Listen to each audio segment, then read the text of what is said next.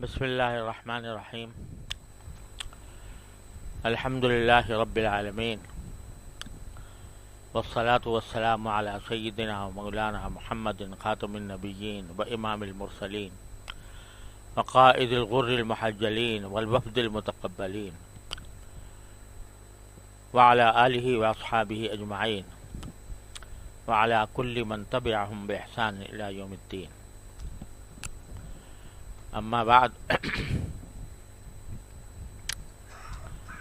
حضرت ابراہیم علیہ السلام کی دعا کی بات چل رہی تھی کہ جب حضرت ابراہیم علیہ السلام نے دین کی خاطر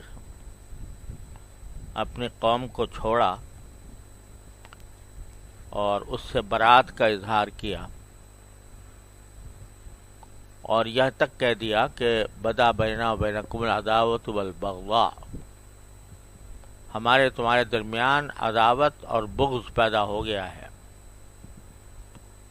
حتی تؤمنوا باللہ وحدہ، جب تک کہ اللہ وحدہ لا شریک پر ایمان نہ لاؤ. تو یہ چھوٹی سی اقلیت ہے جو اکثریت سے برات کا اظہار کر رہی ہے اور عداوت کا بھی اعلان کر رہی ہے کہ جب تک ایمان نہیں لاؤ گے ہمارے تمہارے درمیان عداوت ہے. تو ظاہر بات ہے کہ یہ اقلیت میں ہے، کم ہے، طاقت تھوڑی ہے، اور اکثریت کے پاس نفری بھی ہے، طاقت بھی ہے، سبھی کچھ ہے. تو وہ کتنا پریشان کر سکتے ہیں، کتنی اذیتیں دے سکتے ہیں، اس کا تصور کیا جا سکتا ہے. لیکن ان سب چیزوں سے بے پرواہ ہو کر حضرت ابراہیم علیہ السلام نے یہ اعلان کر دیا. اور جہاں تک ان اندیشوں کا تعلق تھا کہ نہ جانے یہ اکثریت ہمارے ساتھ کیا معاملہ کرے، تو اس کو اپنے پروردگار سے رجوع کر کے پھر کہہ دیا ربنا علیک توکلنا و الیک انبنا و الیک المصیر، کہ اللہ ہم تو بھروسہ ہمارا آپ پر ہے اور جو کچھ بھی ہوگا تو ہم آپ ہی سے رجوع کریں گے اور ہمارے دل آپ کی طرف جھکے ہوئے ہوں گے. اور یہ ہمیں پتہ ہے کہ دنیا میں کچھ بھی ہو جائے لیکن آخری ٹھکانہ آپ کے پاس ہے، الیک المصیر. تو یہ تو ارادہ، اپنے ارادے کا اظہار ہے. 3 ارادے کہ ہم، اے اللہ ہم آپ پر بھروسہ کرتے ہیں اور آپ ہی کی طرف رجوع کرتے ہیں، اور ہمیں یقین ہے کہ بالآخر ہمیں آپ کے پاس پہنچنا ہے. اس میں کوئی دعا نہیں ہے، یہ اپنے عقیدے کا اظہار ہے اللہ تبارک و تعالیٰ کی بارگاہ میں، اور اپنے قلبی کیفیت کا اظہار ہے کہ اللہ ہم نے ان سے دشمنی ٹھان لی ہے لیکن توکل ہمارا آپ کے اوپر ہے اور رجوع کریں گے تو آپ ہی سے کریں گے. اب آگے دعا فرمائی ربنا لا تجعلنا فتنة للذین کفروا. پہلے یہ اقرار کر لیا کہ یہ سارے اندیشے جو ہمارے دلوں میں پیدا ہو رہے ہیں ان میں ہمارا بھروسہ آپ پر ہے، اور ان اندیشوں کی وجہ سے ہم کسی اور کی طرف نہیں جائیں گے مدد لینے کے لیے، بلکہ آپ ہی سے رجوع کریں گے. یہ پہلے اقرار کر لیا اپنے ایمان کا، اپنے عقیدے کی پختگی کا، اللہ پر مکمل بھروسہ کرنے کا، اس کی طرف رجوع کرنے کا. اس کے بعد مانگا کہ ربنا لا تجعلنا فتنة للذین کفروا، کیا ہے ہمارے پروردگار ہمیں، یہ لوگ کافر ہیں جنہوں نے کفر اختیار کیا ہوا ہے، ان کے لیے ہمیں فتنہ نہ بنائیے۔ فتنہ کیا؟ کہ یہ ہمیں پریشان کریں، ہمیں اذیتیں دیں، ہمیں تکلیف پہنچائیں، تو ایسا نہ بنائیے کہ جس کے نتیجے میں ہم کہیں ہتھیار ڈال دیں ان کے آگے، کیونکہ ہم نے ارادہ تو کر لیا کہ توکل آپ پر ہی ہوگا، رجوع آپ سے ہی ہوگا، لیکن یہ ارادہ کرنے کے بعد ہمیں اپنے اوپر بھروسہ نہیں ہے۔ آپ پر تو بھروسہ ہے، لیکن اپنے اوپر یہ بھروسہ نہیں ہے کہ پتہ نہیں کون سی صورت ایسی پیش آ جائے کہ جو ہمیں برداشت سے باہر ہو جائے اور ہم کہیں پھسل نہ جائیں۔ تو ہمیں ان کافروں کے لیے فتنہ نہ بنائیے، ایسا آزمائش کا سبب نہ بنائیے کہ جس میں ہمیں پھسلنے کا اندیشہ ہو۔ یہ ہے بندگی۔ بندگی اس کا نام ہے کہ آدمی اللہ تبارک و تعالیٰ کے سامنے اقرار بھی کر لے، اعتراف بھی کر لے، اور یہ ارادہ بھی ظاہر کر دے کہ میں آج سے یہ کام نہیں کروں گا۔ مثلا توبہ ہے، توبہ کی شرائط کیا ہے؟ توبہ کی شرائط یہ ہے کہ سب سے پہلے جس چیز سے آدمی توبہ کر رہا ہے اس کو فوراً چھوڑ دے، اور جو پہلے کیا تھا اس پر ندامت اختیار کرے، شرمندگی ہو اس پر، کیا میں نے جو یہ کام کیا یہ برا ہوا اور میں اس پر پشیمان ہوں، اور آئندہ کے لیے عزم کرے کہ آئندہ نہیں کروں گا، آئندہ اس گناہ کے پاس نہیں جاؤں گا۔ تو یہ تین چیزیں مل کر توبہ بنتی ہے۔ فوری طور سے گناہ کا چھوڑ دینا، ندامت، ماضی پر ندامت، اور آئندہ مستقبل کے لیے عزم پکا کہ نہیں جاؤں گا، اس گناہ کے پاس نہیں جاؤں گا۔ اب جب بندہ یہ عزم کر لیتا ہے توبہ کے وقت میں، تو پھر بندگی کا تقاضا یہ ہے کہ ساتھ ہی وہ پروردگار کو پکارے، یعنی یا اللہ میں نے کر تو لیا، میں نادم بھی ہوں، فوری وقت چھوڑ بھی دیا، آئندہ کے لیے ارادہ بھی کر لیا کہ نہیں کرو، قریب نہیں جاؤں گا، لیکن اس ارادے میں مجھے اپنے اس ارادے پر بھروسہ نہیں، پتہ نہیں یہ ارادے پر قائم رہ سکوں گا یا نہیں رہ سکوں گا۔ تو اس لیے میں آپ ہی سے التجا کرتا ہوں کہ اللہ مجھے اس ارادے پر استحکام بھی عطا فرما دے، اس پر مجھے ثابت قدمی بھی عطا فرما دے، اس پر مجھے استقامت بھی دے دے۔ تو بندگی یہ ہے کہ اپنے کرنے کا جو کام تھا وہ تو کر لے، اور پھر اللہ تبارک و تعالیٰ سے مانگے کہ اللہ میں نے یہ تو کر لیا، لیکن اب مجھے اپنے اوپر بھروسہ نہیں ہے، بھروسہ ہم نے آپ پر کر لیا، رجوع بھی آپ سے کر لیا، لیکن بھروسہ مجھے اپنے اوپر نہیں ہے، لہذا اے اللہ اپنے فضل و کرم سے مجھے فتنہ نہ بنائیے گا ان کافروں کا۔ تو توبہ میں بھی یہی کرنا ہے کہ یا اللہ مجھے پھر دوبارہ اس گناہ میں مبتلا ہونے سے بچائیے گا، مجھے اس ارادے میں ثابت قدمی عطا فرما دیجیے گا۔ تو اب یہاں اگرچہ اپنا ارادہ ظاہر کر لیا کہ ہمیں اب کسی سے ڈر نہیں ہے، آپ ہی پر بھروسہ ہے، آپ ہی سے رجوع کریں گے، لیکن پتہ نہیں کیسے حالات پیش آئیں،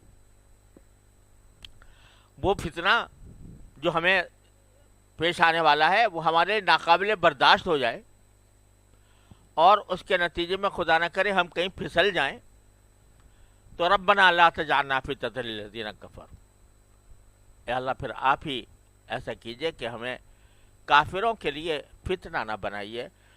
فتنہ کے معنی ہے آزمائش میں نہ ڈالیے گا ہمیں، ایسی آزمائش میں جس میں ہمارے لیے پورا کرنا اس کا مشکل ہو جائے۔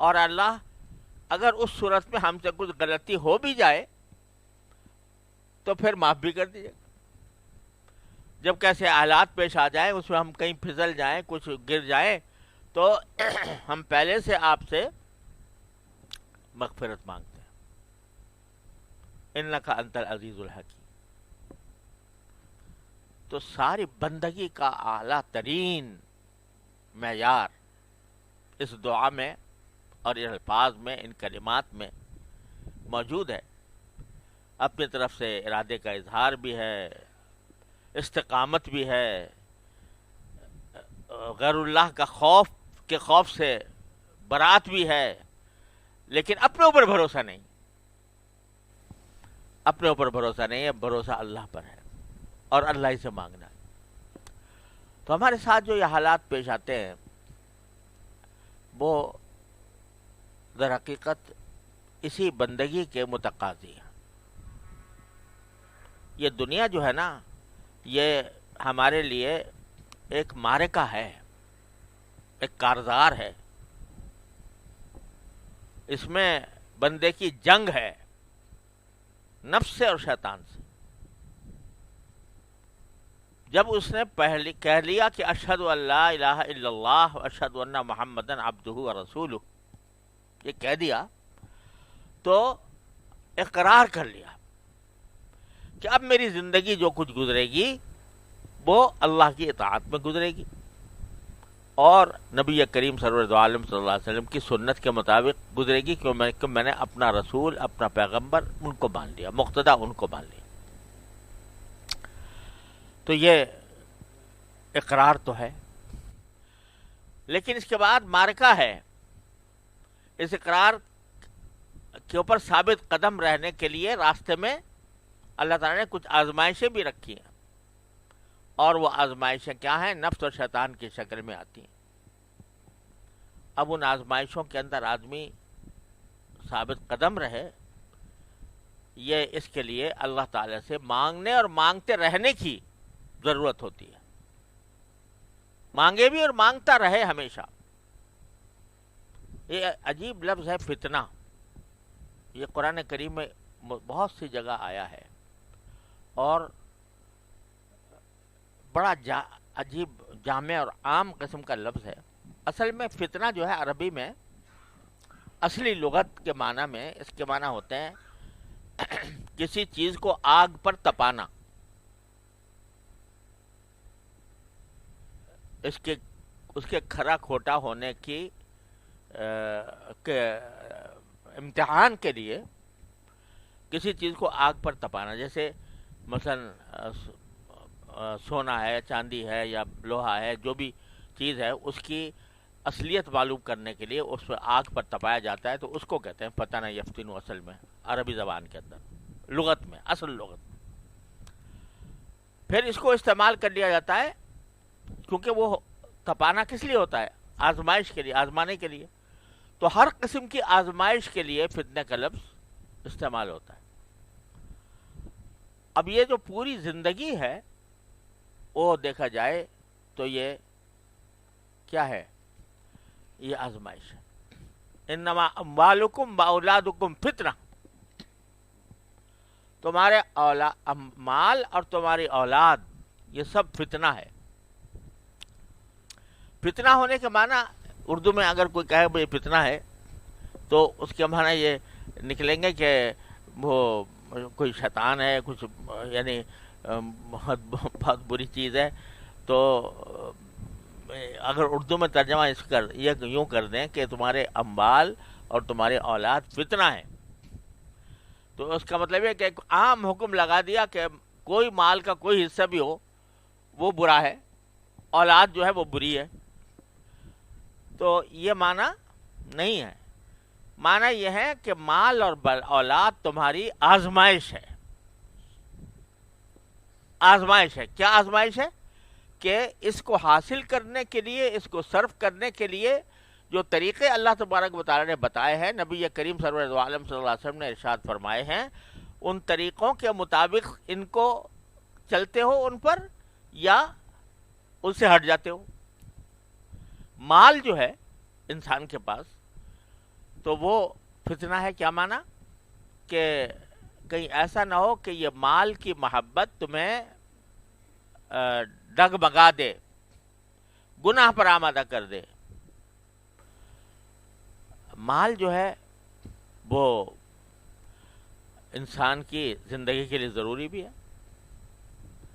اگر انسان کے پاس مال نہ ہو، پیسے ہی نہ ہو، سرے سے فقر ہو، فاقہ ہو، زندگی کیسے گزرے؟ لہذا مال ضروری بھی، لیکن ساتھ اتنی محبت مال کی جس کے ذریعے انسان اپنی حاجات کو پورا کر سکے، یہ محبت مذموم بھی نہیں، ناجائز بھی نہیں. لیکن فتنہ اس لحاظ سے ہے کہ اس مال کی وجہ سے آدمی اپنے صحیح ڈگر سے ہٹ جائے، اس مال کی محبت دل میں سما جائے، اور دل میں سما جانے کے نتیجے میں انسان کا ہر اقدام اسی طرف چل رہا ہو کہ میں زیادہ سے زیادہ مال اکٹھا کر لوں، زیادہ سے زیادہ مجھے پیسے مل جائیں، اور اس کے راستے میں بعض اوقات اللہ بچائے حلال و حرام کی تمیز نہ ہو. حلال و حرام کی تمیز تو ہے ہی ناگزیر مال کے بارے میں، لیکن ایک اور چیز ہے جو در حقیقت اس میں ہم لوگ مبتلا رہتے ہیں. اس کو چاہے آپ حرام نہ کہیں، ناجائز نہ کہیں، لیکن ہے خطرناک. وہ کیا؟